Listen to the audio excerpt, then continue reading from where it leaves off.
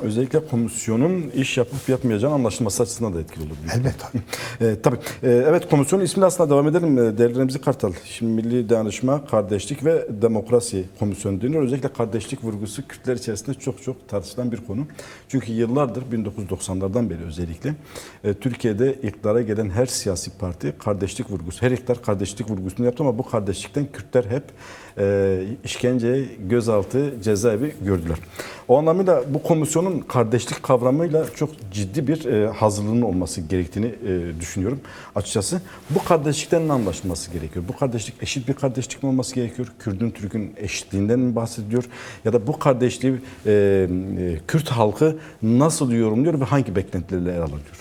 Şimdi sizin de belirttiğiniz gibi halkımız devletin Kürt halkına yönelik veyahut da devlet siyasetini esas alan siyasi bütün partilerin Kürtlere yönelik kardeşlik belirlemesinin laftan ötede bir şey olmadığını biliyor. Kürt halkı bunu çok iyi biliyor.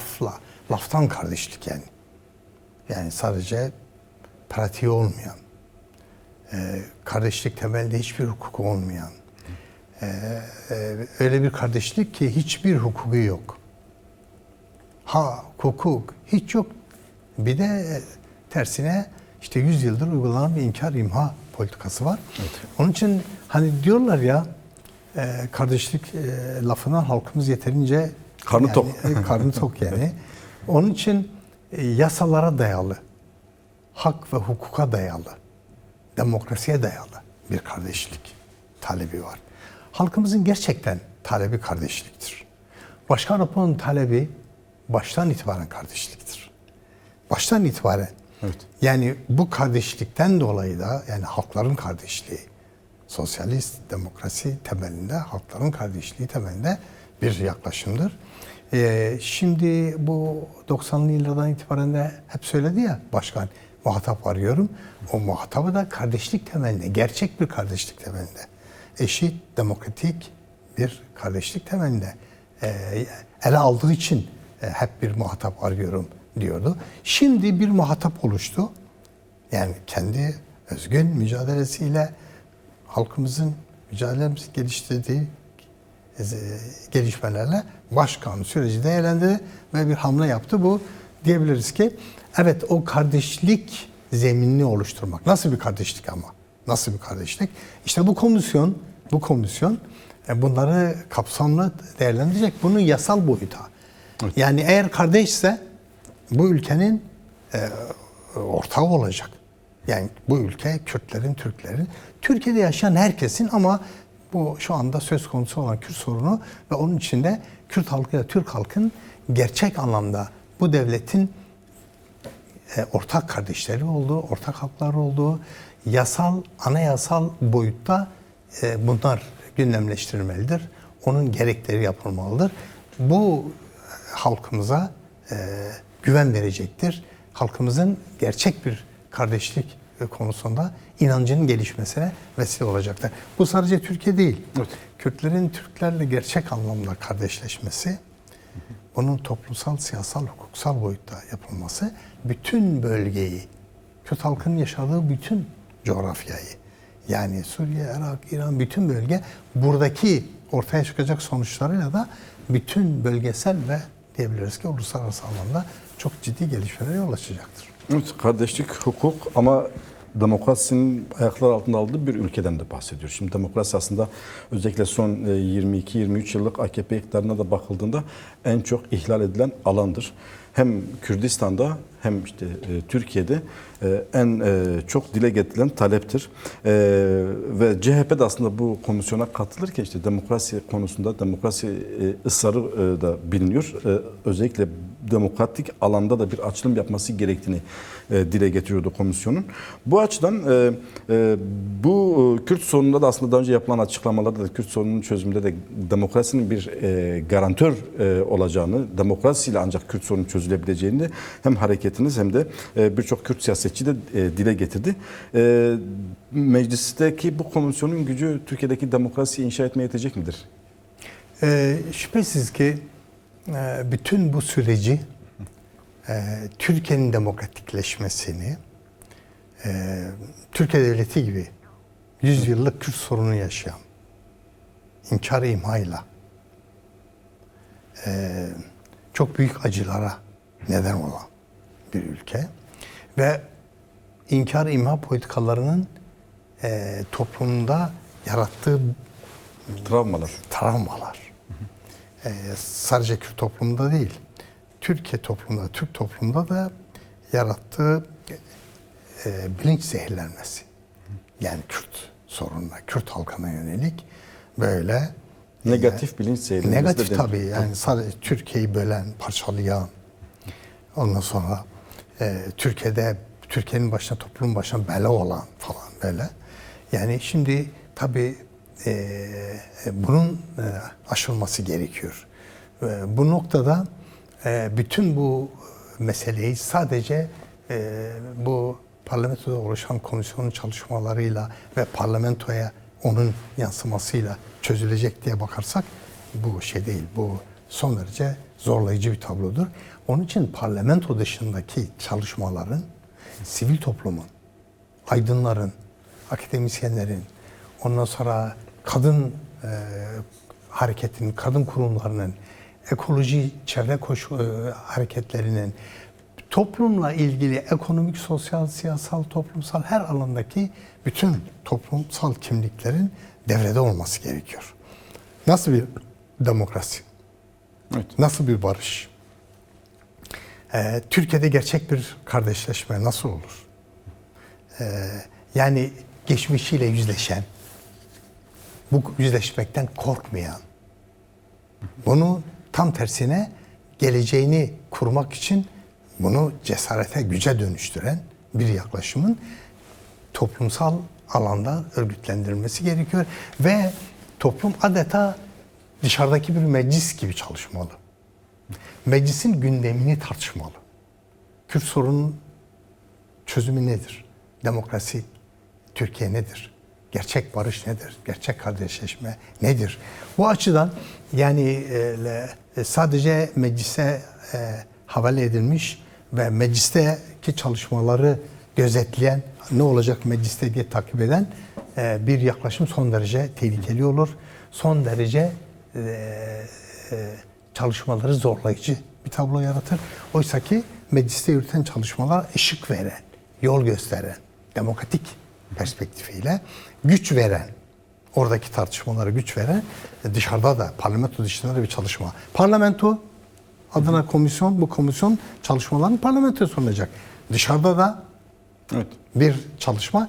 İkisi birbirini tamamlarsa yani kesinlikle hem tempo olarak bu süreç daha tempolu gelişir, hem de özü itibariyle demokrasi, ondan sonra hak ve özgürlükler açısından daha özlü bir süreci yaşamış olacağız. halkın bu konuda biraz daha denetleyici, motor güç olması gerektiğini, Kendisini halkın bu işin sahibi görmesi, sorumlu görmesi ve çalışması gerekiyor. Herkes düşünce üretmesi gerekiyor. Öneri geliştirmesi gerekiyor. Beklentilerini, yani bu süreçle ilgili çözüm, demokrasi, barış, bu konuyla ilgili beklentilerini direkt sunması gerekiyor. Yoksa yani böyle izleyen, sadece ne olacak diye işte dışarıdan seyirci, tribünlerde oturan seyirciler pozisyonunda bir tablo olursa bu son derece sorunludur. aslında biraz demokrasiyle tarihine bakıldığında, demokratik mücadele tarihine bakıldığında örgütlü halkların her zaman bu süreçleri denetleyen ya da demokrasinin inşasında çok önemli rol oynayan bir fonksiyonlar olduğunu görüyoruz ama biraz da Türkiye'deki tabloyu açalım. Türkiye'deki halklar gerçekten yoğun baskılardan kaynaklı. Özellikle AKP iktidarının çok yoğun saldırılarından dolayı yani Kürtleri biraz dinamiğini bir tarafa bırakalım ama çok örgütsüz de bırakılmış bir halktır. Bu nasıl olacak? Bu paradoks nasıl aşılacak? Bu halk kendini nasıl örgütlemeli? Şimdi her sürecin öncüleri vardır. Toplumsal mücadelede her sürecin öncüleri vardır. Kimdir öncüler? Barışı en çok kim istiyorsa, demokrasiyi en çok kim istiyorsa, yeniden demokratik bir toplumun inşası en çok kim istiyorsa, gerçekten Kürt sorunu çözmüş, demokratik olarak kurumsal bir düzeyi yakalamış. Bütün imkanlarını toplumsal gelişmeye yöneltmiş bir Türkiye'den yana kim varsa bu sürecin öncüleri olmalılar. Onun için de Türkiye'de sadece Kürt sorunu Kürtlerle değil, Türkiye toplumuyla Karadeniz, Marmara, Ege, Akdeniz, İç Anadolu, Orta Anadolu her tarafta çok yoğun bir çalışma gerekiyor.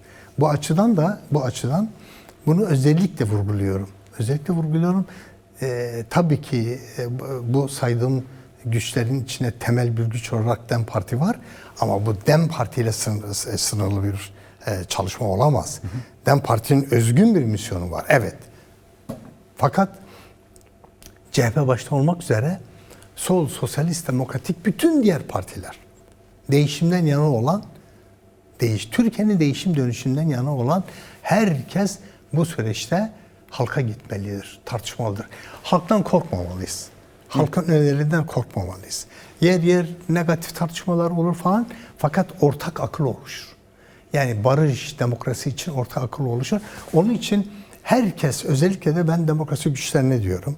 DEM Parti, sosyalist güçler, sosyalist partiler, ondan sonra diğer demokratik toplumsal dinamikler hepsi şimdi ne yapacaklarsa şimdi yapmalıyız. Evet. Kararlılığıyla ve bütün Türkiye toplumuna yönelik yaygın bir planlama çerçevesinde süreci tartışmalılar. Bu konuda toplumu bir de hani barış diyoruz, demokrasi diyoruz. Yani bu konuda bilinç yaratılmalı. Zihniyet yaratılmalı.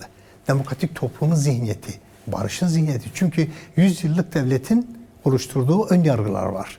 Hele de Kürt sorunuyla ilgili. Evet. Hele de PKK'ya yönelik. PKK, Başkan Apo'ya yönelik bilinen olumsuz tanımlamalar. Bütün bunların aşılması için yoğun bir tartışma sürecine ihtiyaç var. Ve ben bu tartışmaların sonucunda Türkiye toplumunda da yani geçmiş devlet siyasetinin yarattığı o negatif algılamaların aşılacağına, daha demokratik, daha barışçıl, gerçek kardeşleşmenin sağlanabileceği koşulların oluşacağına inanıyorum. Evet, değerli Mıskar'da aslında siz de bahsettiğiniz olumsuz bir hava da estirildi. Yani Kürt karşıtlığı toplumda bilerek de işlenildi. Bunu neyle yaptılar? Basın yayın yoluyla yaptılar. Yıllarca bunu bu şekilde inşa ettiler. Kara propagandalarla. Ama şu anda tam da demokrasinin, çözümün, kardeşliğin konuşulduğu bir süreçte basın ve yayın dilinde çok fazla bir değişiklik olduğunu da görmüyoruz.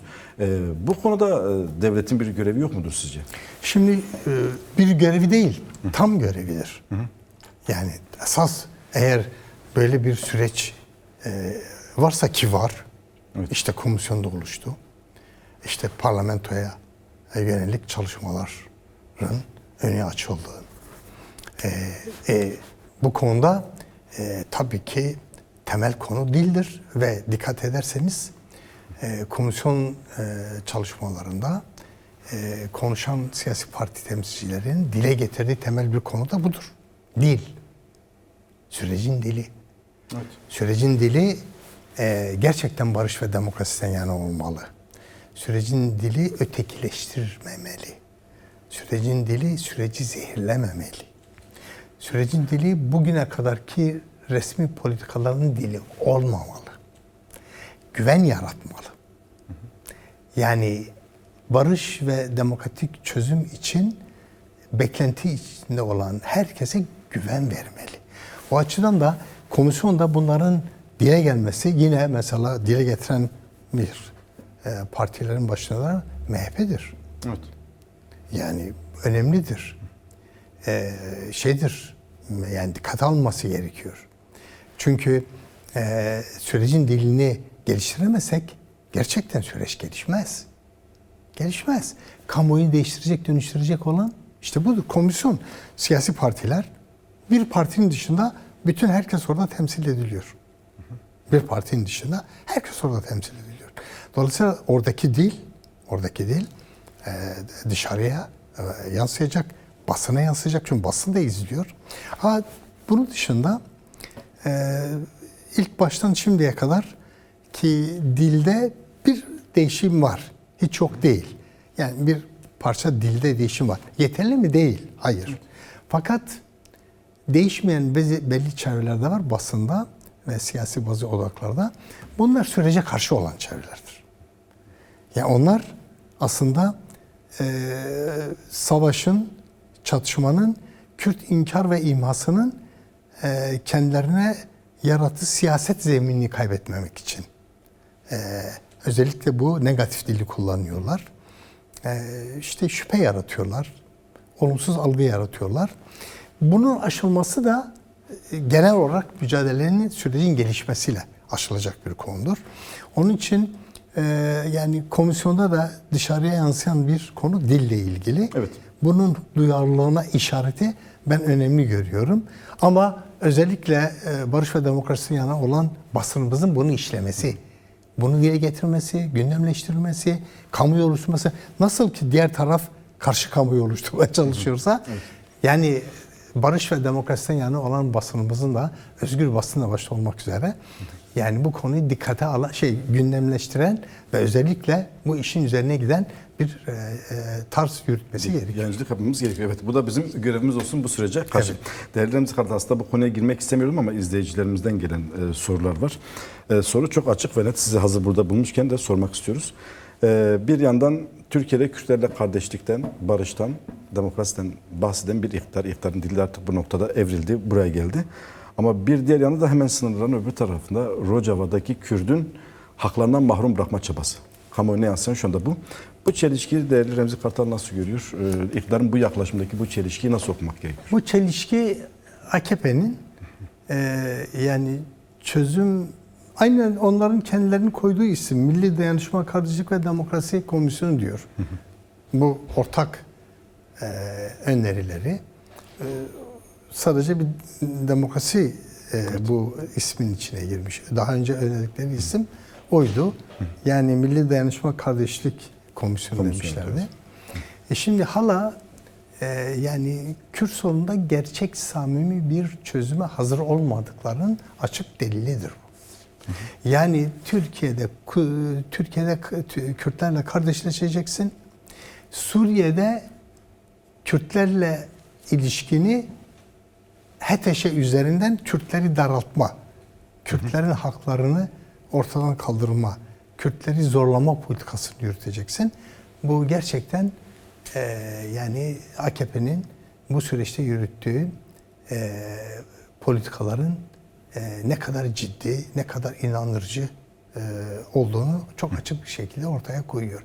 Az önce söyledim, yani yoğun savaş çatışma sürecinde Mahmur'a, Şengal'e yönelik evet. Politikaları bugün bir biçimde Irak üzerinden, Bağdat üzerinden tekrar gündeme gelmesi de bu AKP politikalarıyla ilgilidir. Şimdi Suriye'de de aynı şekilde HTŞ üzerinden Rojava'ya yaklaşım, Türkiye'deki kardeşleşmenin de henüz tam inandırıcı olmadığını gösteriyor. O bakımdan gerçek anlamda Başkan Apo'nun hamlesi odur. Evet. Gerçek bir kardeşleşme. Türkiye çok açık net. Osmanlı, Kürtler ve Türklerin gerçek birlikteliğiyle büyük bir imparatorluk, bir medeniyete ulaştı. Bu kapitalist modernitenin milliyetçi, ulus devletçi politikalarıyla işte Kürt düşmanlığı, inkar imha politikalarıyla zehirlendi. Şimdi yeniden bir başlangıç, demokratik, barışçıl bir kardeşleşme ile AKP'nin bu konuda, iktidarın bu konuda topluma, halka inandırıcı olması gerekiyor.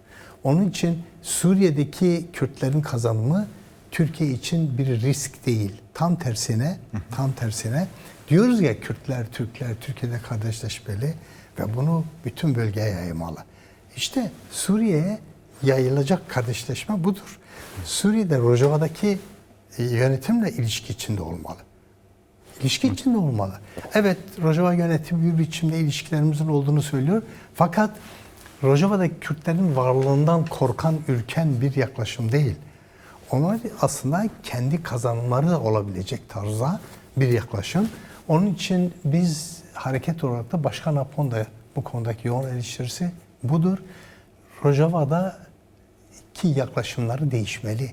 AKP hükümetinin Türkiye'de bu sürece paralel olarak Rojava'ya ve Suriye'de yönelik benzer bir süreci geliştirmesi, esas alması gerekiyor. Kapsaması da gerekiyor. Evet. Evet, değerli Remzi Kartal, çok az 1-2 dakikamız kaldı. Son olarak özellikle az önce de kısmen değindik. Sürecin BK'sı için diyelim artık. BK kelimesini biz kullanalım. Sürecin selameti için özellikle şu anda bizi izleyen izleyicilerimize düşen görev, bundan sonraki görevleri ne olabilir? O konuda birkaç mesajınızı alalım lütfen. Halkımıza, kamuoyumuza demokrasi, barıştan yana olan bütün herkes için söylüyorum. Başkan Apo çok büyük tarihsel bir fırsat yarattı. Evet. Kürt halkı, Türk halkı, bölge halkları için. Kürt halkının 100 yıldır kuşatmaya alınan ve savaşma, direnme dışında şans tanımayan kaderini demokratik, barışçıl bir süreçle taşlandırmaya, değiştirmeye, demokratik bir toplum çözümüyle bütün bölgeyi etkileyecek bir şans yarattı. Onun için halkımız, dostlarımız, herkes şundan kendisini sorumlu görmeli. Ben ne yapabilirim? Ben bu sürece ne katabilirim? Kendimi ve çevremi bu konuda nasıl örgütleyebilirim? Bu konuda bulunduğu yer, bu İstanbul olabilir, bu Ahmet olabilir, bu Mersin olabilir, bu Berlin olabilir, Londra, Amerika, Avrupa, dünyanın neresinde olursa olsun kendimizi, özellikle de Avrupa'da toplumumuzu bu Önder Apo'nun demokratik toplum paradigması temelinde nasıl örgütleyeceğiz, sesimizi nasıl yükselteceğiz? Bu barış, demokrasi cephesi nasıl güçlendireceğiz? Önder Apo'yu nasıl güçlendireceğiz? Vereceğimiz cevap budur. Halka özellikle vurgulamak istiyorum. Halk herkes yerinde, işte başkan bizde ne bekliyor şeklinde yoğunlaşmalı. Bunun yerine AKP şunu yaptı, şöyle olacak, böyle olacak korku ve endişeleriyle kendi görevimizi, yoğunlaşmamızı dağıtmamalıyız. Kendi yapacağımız çalışmalarla ilgili yoğunlaşmalıyız, kendimizi planlamalıyız ve sürece yanıt olmalıyız. Böyle bir gelişmeyle ben özellikle 2025 yılı başta olmak üzere bölgenin, sadece Türkiye'de değil bütün bölgede çok ciddi değişmelerin olacağına inanıyorum. Bu temelde yeni süreçte herkese başarılar diliyorum.